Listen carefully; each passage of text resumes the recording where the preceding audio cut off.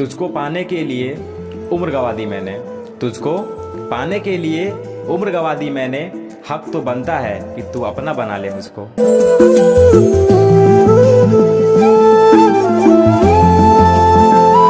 हम लोग electronic configuration लिखते थे, जैसे मान लो हमने कार्बन का इलेक्ट्रॉनिक कॉन्फ़िगरेशन लिखा 1s2, 2s2 और 2p2, ये हमने कार्बन का इलेक्ट्रॉनिक कॉन्फ़िगरेशन लिख दिया।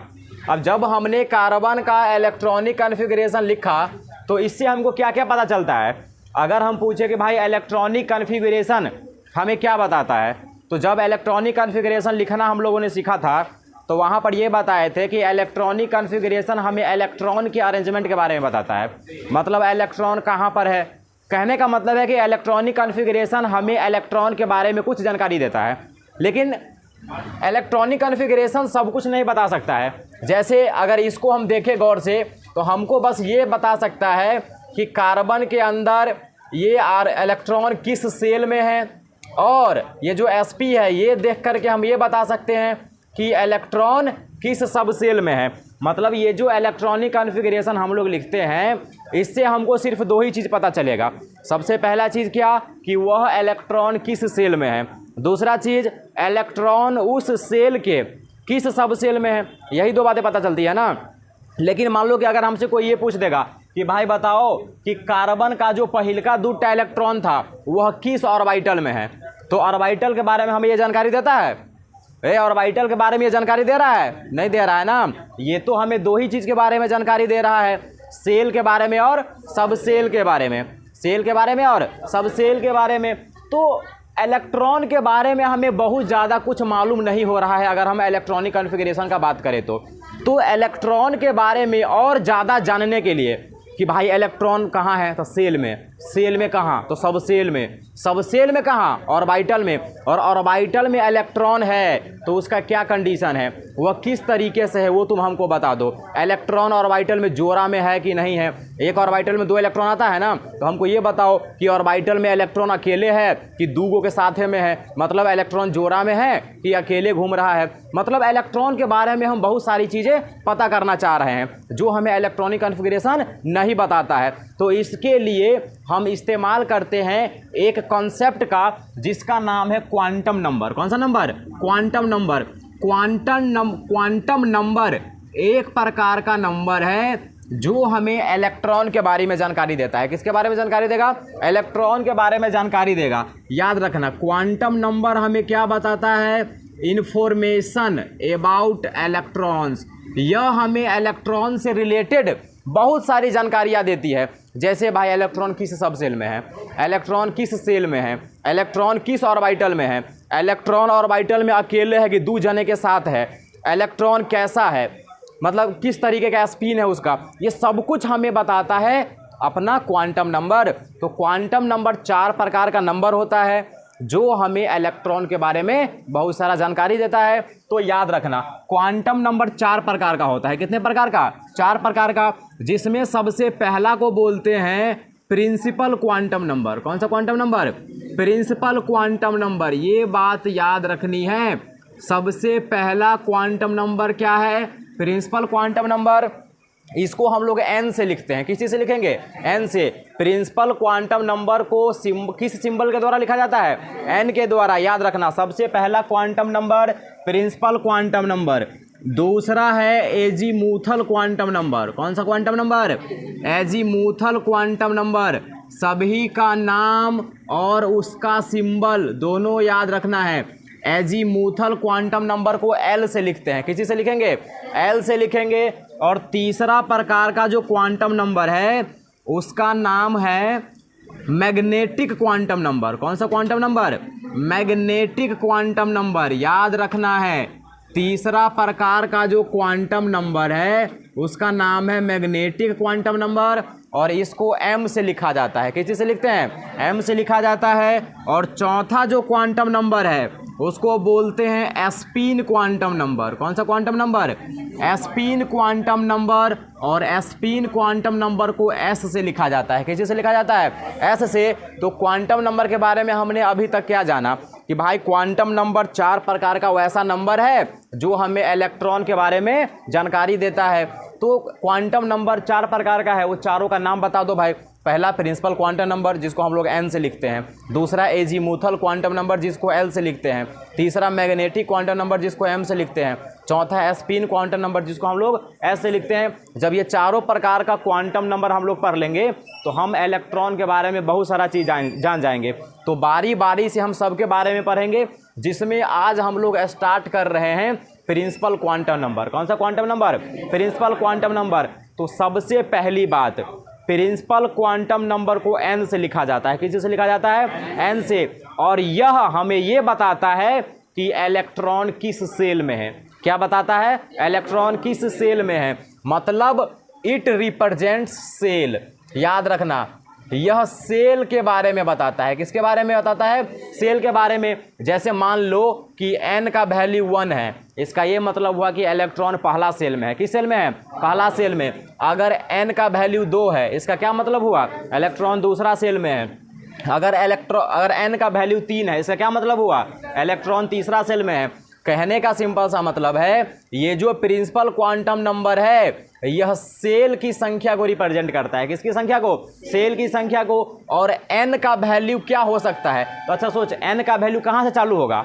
1 से। n का वैल्यू 0 हो सकता है, n का वैल्यू 3.5 हो सकता है, 1.25 हो सकता है। ऐसा कभी थोड़ा होगा। 1.25 ऑर्बिट है, ऑर्बिट नंबर 1.25, कौन बात हुआ? या तो पहला ऑर्बिट होगा, या तो दूसरा ऑर्बिट होगा, या तो तीसरा ऑर्बिट होगा। 0 नाम का कोई ऑर्बिट होगा? नहीं होगा। मतलब n का वैल्यू 1 से चालू होगा। कहाँ चालू होगा? 1 से चालू होगा। और कहाँ पे खत्म होगा इसका कोनो ठिकान नहीं है। याद रखना, मतलब n का वैल्यू 1 से लेकर के इन्फिनिटी तक कुछ भी हो सकता है। 1 से लेकर के इन्फिनिटी तक कुछ भी हो सकता है। तो ये बात याद रखना प्रिंसिपल क्वांटम नंबर के बारे में कि भाई इसको n से लिखते हैं, यह सेल की संख्या को बताता है और इसका वैल्यू 1 से लेकर के इन्फिनिटी तक कुछ भी हो सकता है। अब देखो, ये n हमें और भी सारा चीज़ बताता है।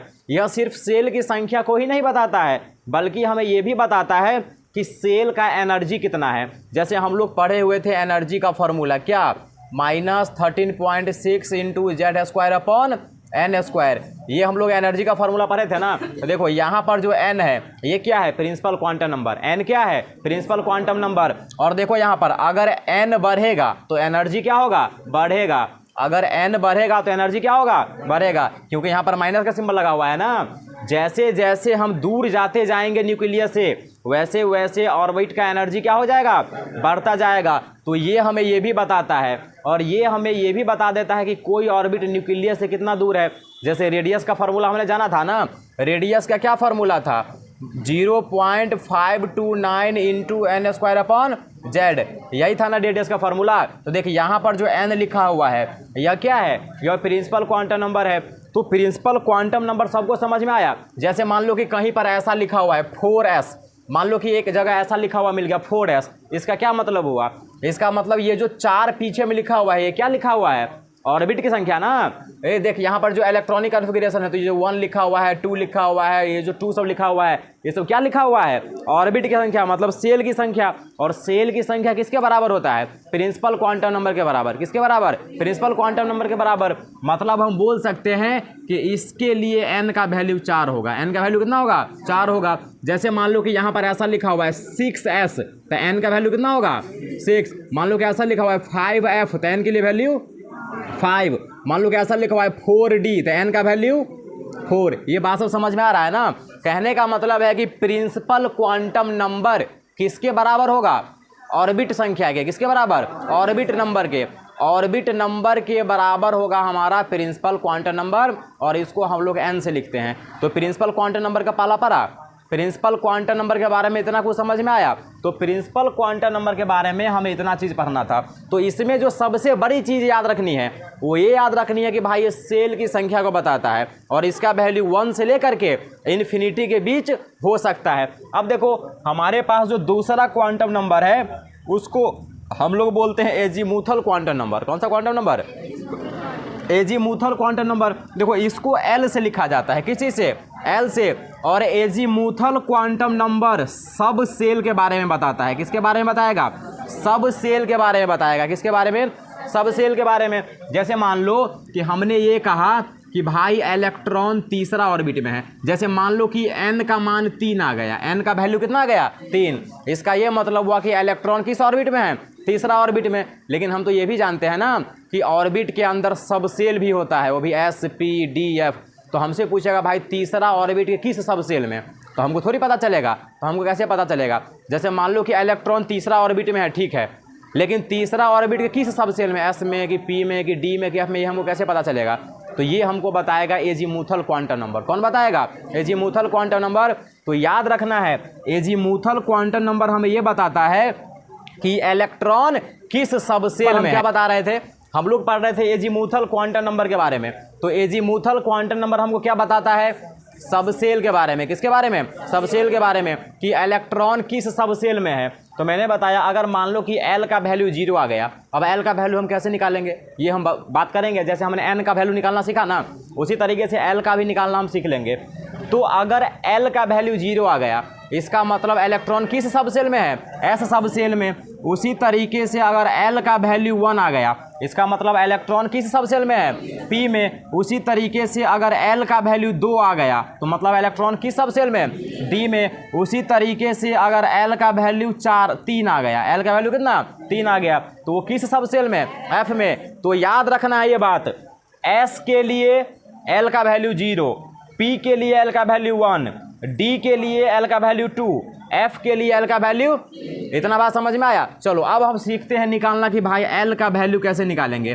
तो देखो L का वैल्यू कितना होता है, 0 से लेकर के n-1 तक, 0 से लेकर के n-1 तक। मतलब हमें n मतलब प्रिंसिपल क्वांटम नंबर, n मतलब प्रिंसिपल क्वांटम नंबर। तो हमें पहले प्रिंसिपल क्वांटम नंबर पता होनी चाहिए, उसके बाद ही हम L का वैल्यू निकाल सकते हैं। जैसे मान लो कि 4s है, क्या है यह 4s है, तो इसके लिए n का वैल्यू कितना है 4, इसके लिए n का वैल्यू कितना है 4। और अगर n का वैल्यू 4 है तो L का वैल्यू क्या क्या हो सकता है। तो देख L का वैल्यू कहाँ से कहाँ तक होगा, 0 से लेकर के n-1 तक। तो 0 से लेके n मतलब कितना है 4, यहाँ पर n कितना है, यानी कि 0 से लेकर के 3 तक कुछ भी इसका मान हो सकता है। इसका मान 0 भी हो सकता है, इसका मान 1 भी हो सकता है, इसका मान 2 भी हो सकता है, और इसका मान 3 भी हो सकता है। मतलब अगर ऑर्बिट नंबर 4 है तो उसके लिए L का मान 0 भी हो सकता है, 1 भी हो सकता है, 2 भी हो सकता है, और 3 भी हो सकता है। अब देखो अगर ऑर्बिट नंबर 4 है और L का वैल्यू 0 भी हो सकता है, 1 भी हो सकता है, 2 भी हो सकता है, 3 भी हो सकता है। इस बात का क्या मतलब हुआ, इस बात का ये मतलब हुआ कि चौथा ऑर्बिट में S वाला भी हो सकता है। भाई L बराबर 0 का क्या मतलब है, S सबसेल। 1 वाला मतलब क्या मतलब हुआ, P सबसेल, D F। इसका मतलब हुआ कि चौथा ऑर्बिट में S सबसेल भी है, P भी है, D भी है, और F भी है। ये बात समझ में आया। उसी तरीके से मान लो अगर n बराबर 2 है तो L का वैल्यू क्या हो सकता है, 0 हो सकता है और 1 हो सकता है ना। इसका मतलब क्या हुआ कि दूसरा ऑर्बिट में S वाला होगा और P वाला होगा, S वाला होगा और P वाला होगा। दूसरा ऑर्बिट D वाला होगा, नहीं होगा। और उस दिन याद भी करवाए थे ना, उस दिन याद करवाए थे ना कि दूसरा में सिर्फ S और P होगा, D वाला नहीं होता है। तो देखो क्यों नहीं होता है, आज हम निकाल लेंगे ना। तो ये बात याद रखनी है। तो L का वैल्यू निकालने आया, अगर हमें n का वैल्यू मालूम हो जाएगा तो L का वैल्यू निकालने आ जाएगा। चलो ठीक है, अगर इतना बात मालूम हो गया तो ठीक है। अब जैसे मान लो कि हम तुमको ये बोल रहे थे कि भाई P वाला में 6 गो इलेक्ट्रॉन आएगा, P वाला में कितना इलेक्ट्रॉन आएगा 6 गो, D वाले में 10 गो, D वाले में कितना इलेक्ट्रॉन 10 गो। तो हमको ये बात कैसे मालूम, हम कैसे निकालेंगे। मान लो कि हम ये भूल गए कि F वाला में कितना इलेक्ट्रॉन होता है, तो अब हम कैसे निकालेंगे। तो जैसे मान लो कि कोई एक ऑर्बिट है, तो उस ऑर्बिट में ज़्यादा से ज़्यादा कितना इलेक्ट्रॉन आ सकता है, बट बुर्बक एक ऑर्बिटल में 2 इलेक्ट्रॉन आ सकता है। हम ऑर्बिट पूछ रहे हैं, मतलब सेल में, एक सेल में कितना इलेक्ट्रॉन आ सकता है। अरे 10वां क्लास में पढ़ा होगा, एक सब सेल में कितना इलेक्ट्रॉन आ सकता है। तो number of electrons in a cell, एक सेल में कितना इलेक्ट्रॉन आ जाएगा 2n²। कितना आ जाएगा 2n²। यहाँ पर n क्या है, प्रिंसिपल क्वांटम नंबर। n क्या है, प्रिंसिपल क्वांटम नंबर। जैसे मान लो कि हम तुमको बोलेंगे कि पहला ऑर्बिट में कितना इलेक्ट्रॉन हटेगा, तो n का वैल्यू 1, तो 2 × 1 का स्क्वायर 2, मतलब पहला ऑर्बिट में सिर्फ 2 इलेक्ट्रॉन हटेगा। हम तुमको कहेंगे 5वां ऑर्बिट में कितना इलेक्ट्रॉन हटेगा, तो 2 गुने n स्क्वायर कितना 50, मतलब 5वां ऑर्बिट में 50 इलेक्ट्रॉन हट सकता है। हम तुमको बोलेंगे दूसरा ऑर्बिट में कितना इलेक्ट्रॉन हटेगा, तो 2 गुने 2 का स्क्वायर मतलब 8। ये बात सब समझ में आया। तो एक ऑर्बिट में ज़्यादा से ज़्यादा कितना इलेक्ट्रॉन हट सकता है, 2n स्क्वायर, कितना 2n स्क्वायर। और एक ऑर्बिटल में कितना इलेक्ट्रॉन हट सकता है, 2, सिर्फ 2। देख हम ऑर्बिट में भी इलेक्ट्रॉन की संख्या निकालना सीख लिए, हम ऑर्बिटल में भी निकालना सीख लिए। मान लो कि s में हम सब सेल में कैसे इलेक्ट्रॉन की संख्या निकालेंगे, हालांकि वो तो हमने याद ही कर लिया है ना, लेकिन फिर भी अगर हमें निकालना पड़े तो अब कैसे निकालेंगे। तो ये बात याद रखना कि नंबर ऑफ इलेक्ट्रॉन्स इन सब सेल, किसी सब सेल में कितना इलेक्ट्रॉन आ सकता है, तो फॉर्मूला याद रखना 2 × 2l + 1।